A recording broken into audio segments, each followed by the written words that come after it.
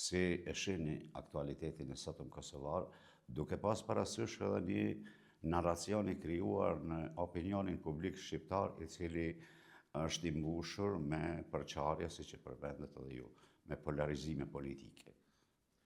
Fatkeqësisht duket që ky polarizimi dhe përçarja e popullit ka qenë dhe mbetet një prej strategjive politike për qëllimet e politikës së brendshme, e që është gabim, sepse qeveritë vinë e shkojnë, partitë politike, organizime tjera her humbin, her fitojnë, por se duhet ta kenë parasysh gjithmonë rëndësinë e shtetit, sepse shteti duhet të jetë primar, pra shteti duhet të jetë kryesori.